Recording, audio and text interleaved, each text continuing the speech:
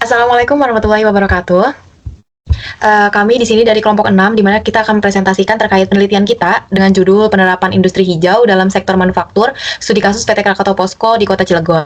Di mana di sini beranggotakan 4 orang, saya sendiri Zahra Aulia, selanjutnya ada rekan saya Malinda Atalarisa, selanjutnya ada Nur Ajijah, dan ada Faradila Zahra. Selanjutnya akan dijelaskan oleh rekan saya.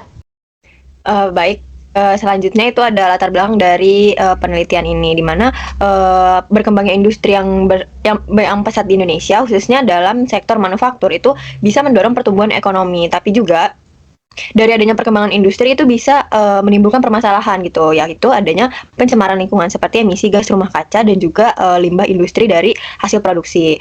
Nah, adanya industri hijau itu bukan hanya sebagai pendukung atas pelestarian lingkungan, tapi juga meningkatkan nilai perusahaan melalui kinerja lingkungan yang baik. Nah, di PT Krakatau Posko di Kota Cilegon ini menjadi salah satu contoh dari adanya industri yang mendapat penghargaan proper gitu, proper hijau, dari adanya inovasi seperti pemanfaatan gas produksi untuk energi, efisiensi air, dan bagaimana mereka mengelola limbah-limbah dari hasil produksinya. Nah, dari permasalahan seperti gas rumah kaca dan juga limbah produksi, itu diterapkannya konsep industri hijau, membuat proses produksi menjadi ramah lingkungan dan efisien dalam penggunaan sumber daya. Hal ini sejalan dengan prinsip pembangunan berkelanjutan dan juga peta jalan Making Indonesia 4.0, di mana dari adanya konsep industri hijau itu adanya tantangan pencemaran lingkungan itu tetap terjadi gitu bagi kawasan industri seperti Cilegon, sehingga kolaborasi berkelanjutan antara perusahaan atau industri tersebut dan juga pemerintah itu sangat dibutuhkan.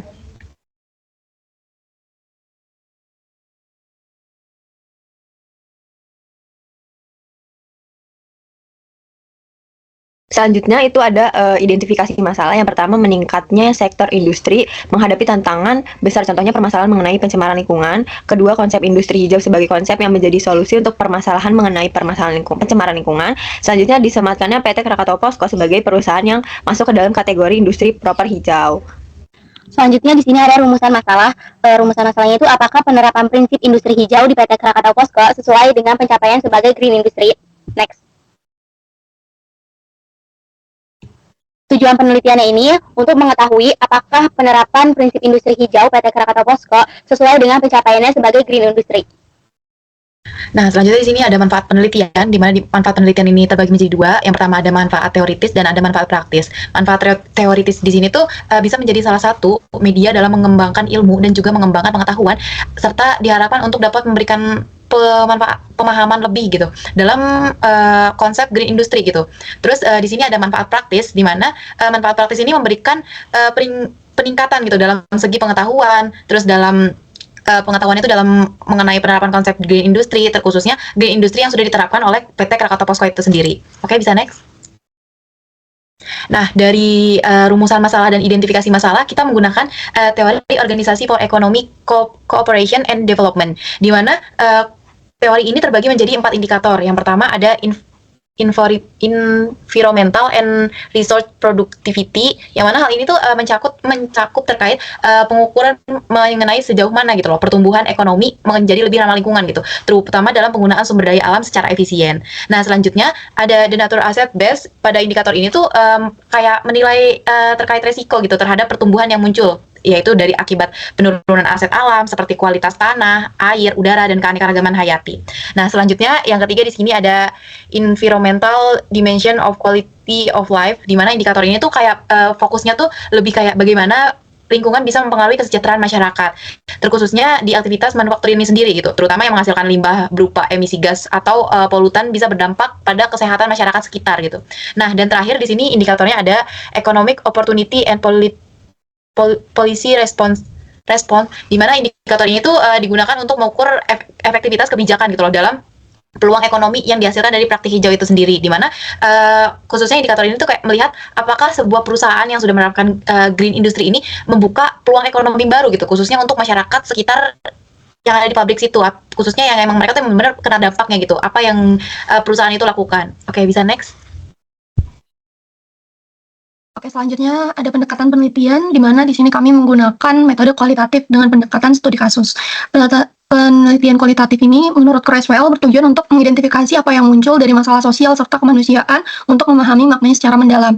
Nah, pendekatan studi kasus ini diakui sebagai metode kualitatif karena tujuan pendekatan ini yaitu untuk menggali situasi nyata dari suatu sistem tertentu atau beberapa sistem dengan menggunakan berbagai metode pengumpulan data. Nah, di sini kita menggunakan jenis studi kasus intrinsik yang lebih memfokuskan pada objek atau fenomena itu sendiri seperti evaluasi program atau kegiatan tertentu. Nah, dalam penelitian ini kami menggunakan studi kasus sebagai bidang penelitiannya, sebab studi kasus itu bisa memberikan pemahaman yang mendalam tentang kasus tersebut agar tetap menarik dengan karakteristik uniknya dalam kasus ini. Terus kemudian kita fokus penelitiannya itu berfokus pada penerapan prinsip industri hijau di PT Krakatau Posko. Apakah sudah sesuai dengan pencapaiannya sebagai green industry dalam sektor manufaktur serta tantangan besar yang mereka hadapi terkait pencemaran lingkungan yang berdampak terhadap masyarakat sekitar. Nah, karena masyarakat sekitar itu merupakan pihak yang paling terdampak secara langsung. Terus juga ini kita ada tabel informan penelitian, itu ada 3. Yang pertama itu staf atau karyawan PT Krakatau Posko sebagai key informan karena mereka secara langsung bekerja di sana. Terus yang kedua ada masyarakat sekitar, mereka sebagai key informan juga karena mereka yang terkena dampaknya secara langsung. Dan yang ketiga adalah Dinas Lingkungan Hidup Kota Cilegon sebagai second informan. Oke, boleh lanjut. Nah, selanjutnya itu ada teknik pengumpulan data. Kita di sini pakai data primer, yaitu dilakukannya wawancara. Terus ada data sekunder, dilakukan dengan teknik purposive sampling, di mana kita juga melakukan teknik analisa data dengan tahapannya itu yang melibatkan aktivitas seperti reduksi data, penyajian data, dan penarikan kesimpulan. Kemudian ada teknik triangulasi yang dilakukan dengan sumber metode peneliti dan juga teori untuk membuktikan gitu dari teori-teori yang kita gunakan.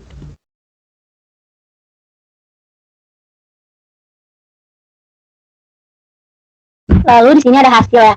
Yang pertama itu ada deskripsi wilayah. Kota Cilegon itu terkenal akan wilayah industrinya dan hal tersebut itu dapat dikatakan sebagai pusat pada bagian barat Provinsi Banten. Letaknya itu berada di Pulau Jawa ujung barat, membuat Cilegon itu bersebelahan dengan Selat Sunda di sebelah barat, Kecamatan Pulau Ampel atau Kabupaten Serang di sebelah utara, Kecamatan Bojonegara dan Kecamatan Keramat Watu di sebelah timur, serta Kecamatan Waringin Kurung, Kecamatan Mancak dan Kecamatan Anyer di sebelah selatan.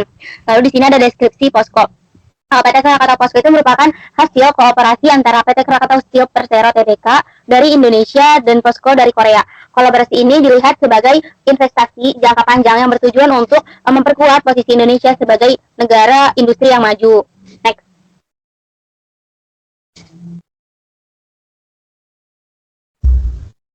Nah, selanjutnya itu ada pembahasan di mana setelah kita melakukan penelitian ke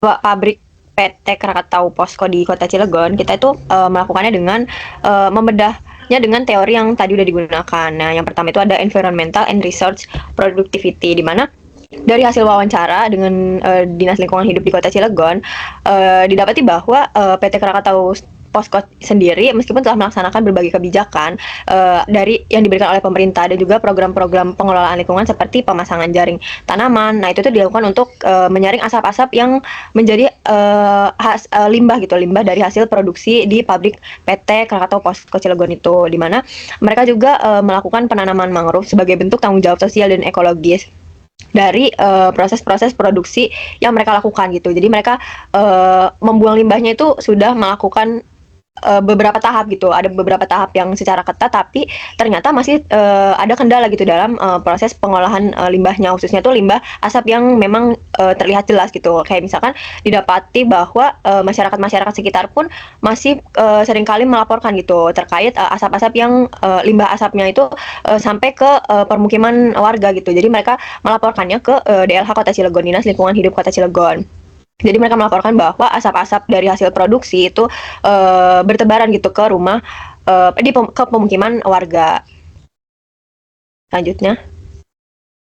Oke, selanjutnya yang kedua itu the natural asset base, di mana dalam teori ini tuh kan menekankan pentingnya terkait keberlanjutan sumber daya alam itu agar bisa tetap tersedia bagi generasi mendatang dan juga melihat kualitas lingkungan atas terbentuknya industri PT Krakatau ini. Nah, maka setelah kita melakukan wawancara yang udah dilakuin ke DLH Kota Cilegon memperlihatkan bahwa PT Krakatau Posko ini tuh udah bisa dibilang mengambil langkah-langkah strategis yang gimana hal itu tuh selaras dengan indikator teori ini. Nah, salah satu aspek yang menonjol itu terkait pengelolaan kualitas udara, di mana emisi hasil dari pembakaran itu nggak serta-merta dilepas ke atmosfer gitu, melainkan didaur ulang kembali melalui sistem sirkulasi internal gitu.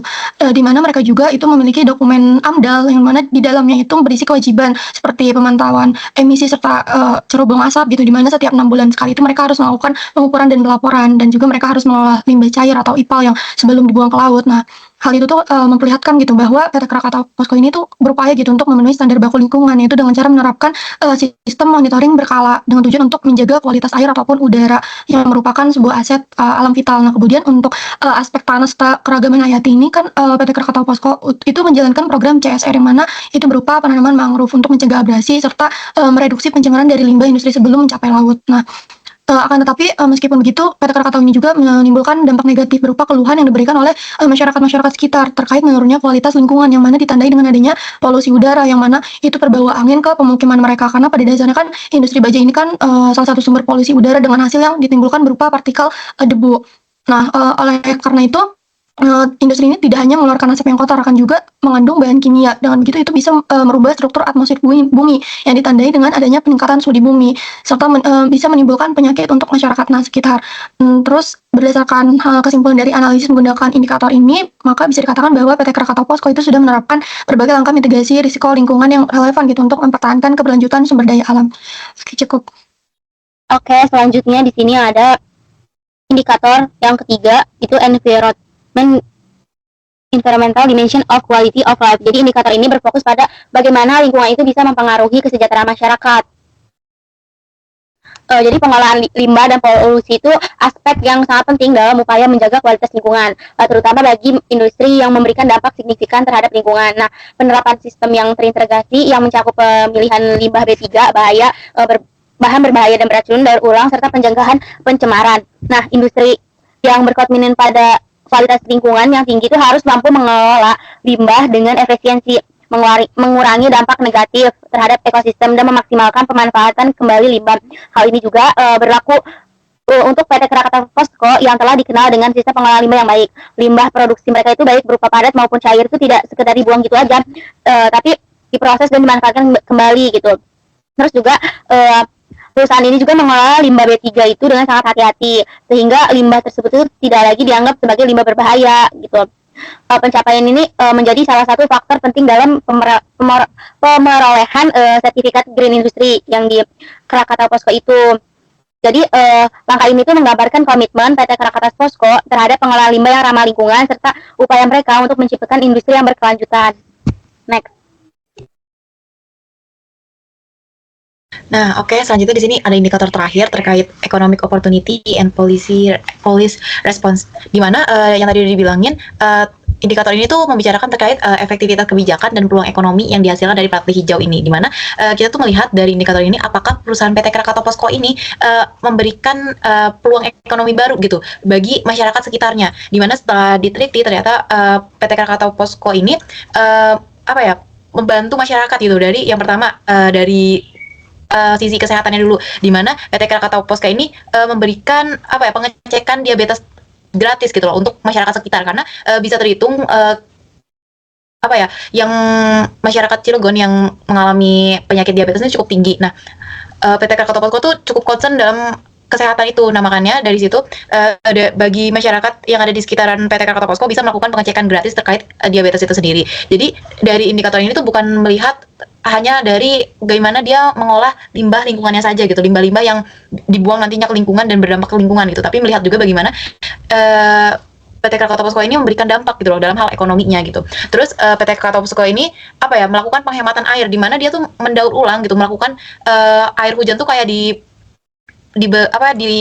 digunakan untuk melakukan produksinya itu, jadi menggunakan air hujan, jadi dia menghemat air hujan itu sendiri. Terus dari indikator ini juga memperlihatkan bahwa PT Krakatau Posko ini mengolah limbah padatnya yang itu berdampak diberikan kepada pemerintah Kota Cilegon untuk dipasang di, kalau misalnya kita tahu kita punya stadion Seruni, di situ kita tuh kayak PT Krakatau Posko tuh memberikan limbah-limbah partikel-partikel kecilnya itu dari hasil baja itu untuk parkir gitu, area parkir, sehingga itu memberikan apa ya, peluang baru gitu dalam hal ekonominya gitu.